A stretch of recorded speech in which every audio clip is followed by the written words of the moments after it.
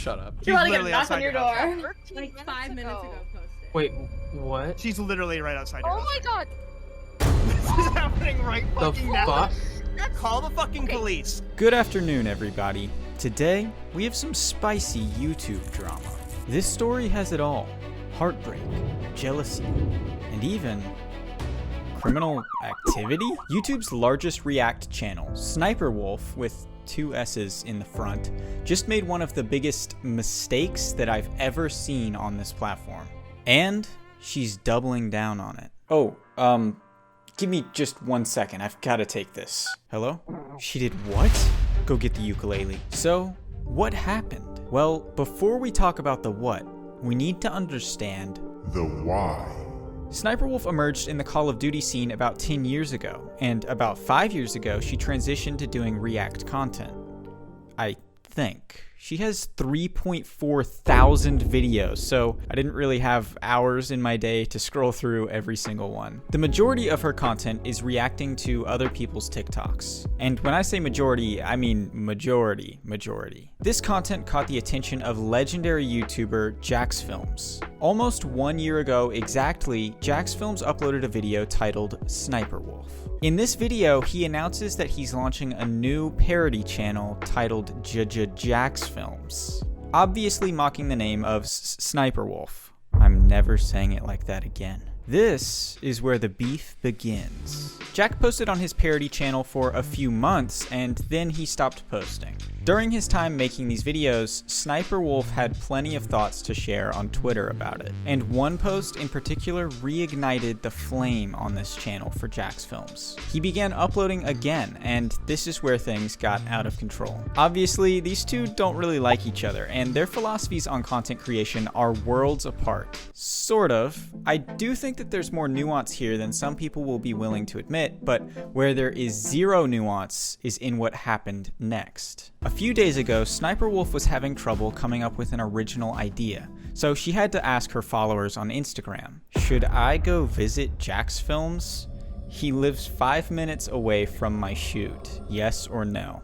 I guess her followers all hit yes, because then she actually did that. Now, if that isn't creepy enough for you, then I have great news. She took it one step further and fully crossed the line. Her next post was a picture of his house with the caption, "Let's talk like adults." Prior to this point, I actually believed that SSniperWolf had a tiny semblance of an argument to make here, but it all goes out the window when you dox someone. As a popular creator, she should know this. This is like rule number 1 of content creation. Doxing is extremely dangerous, not just because you're actually stalking someone and you're outside of their house, which is already creepy enough, but because your fans that may get fired up with your beef may go to this person's house and harass them or worse. But you may be asking, what do you mean there was actually a leg to stand on with SSniperWolf? Don't get me wrong, even without the doxing, I'm probably still on JacksFilms' side, like 90%. But I do think that criticizing React content is kind of a moving goalpost. A huge majority of channels on YouTube do some form of React content, with some of the biggest creators making React content every day. A creator like Moist Critical is technically making React content by just talking about an issue.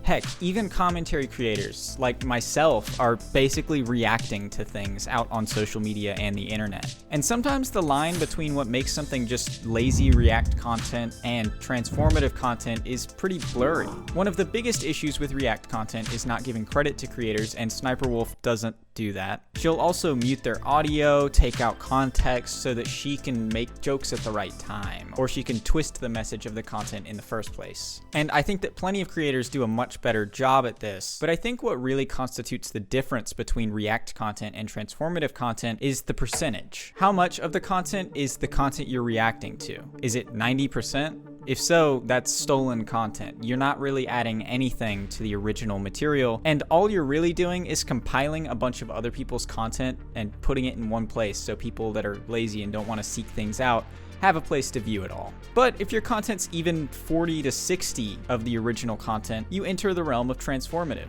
Most creators that do this right have something like 10% of the video taken up by the other people's content, and I think that it's something that is unavoidable with YouTube. There may be ways that they could implement some kind of system where original creators get a percentage of the revenue that someone's reacting to, but I wouldn't bet on that anytime soon. So for SSSniperWolf, I think that all of this would have been something to stand on, combined with the fact that JacksFilms has been at this for almost a year now. She maybe could have even made an argument that he's kind of targeting her specifically instead of React content as a whole. Jack actually responded to that exact criticism, and here's what he had to say.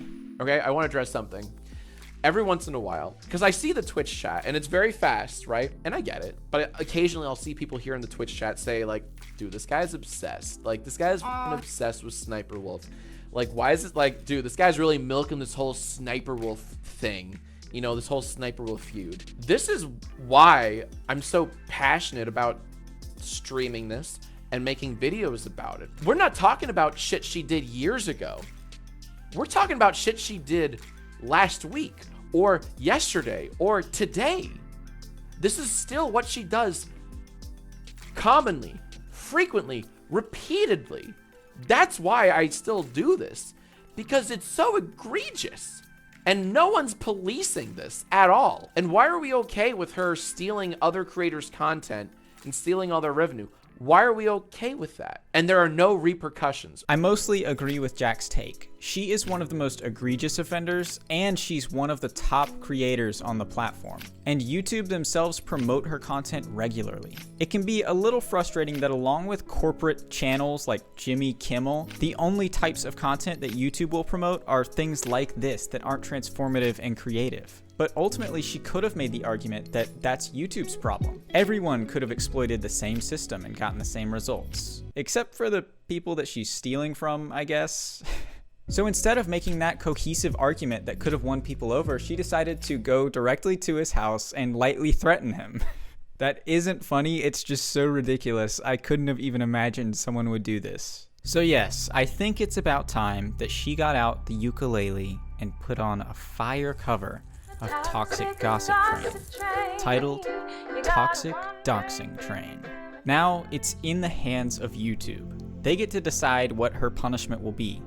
And maybe also legal action, depends on if JacksFilms wants to pursue that, because it is a crime in the state of California to dox someone. Many people are calling for YouTube to completely remove her channel, and I think that that wouldn't be the worst outcome by a long shot. But they could do a lot of other things. They could demonetize her channel to not incentivize making this style of lazy content, and it would force her to either get creative or leave the site entirely, or they could just ban her. That would probably be the most effective thing, and it would set a great example of what not to do with your fellow content creators. I guess this all really does make sense. Her background is in Call of Duty, and that's the exact place where when you get into an argument with someone, you get their IP and you start doxing them. Maybe she'll hop on COD and dox 10 more people tomorrow.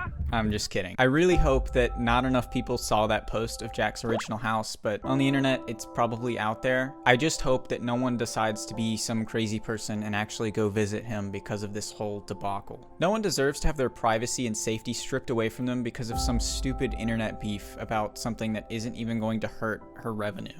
Gosh, I feel like these YouTube dramas are getting worse and worse by the day. That'll do it for today's video. I'll see you guys next week when a YouTuber commits armed robbery. Oh God. Wait.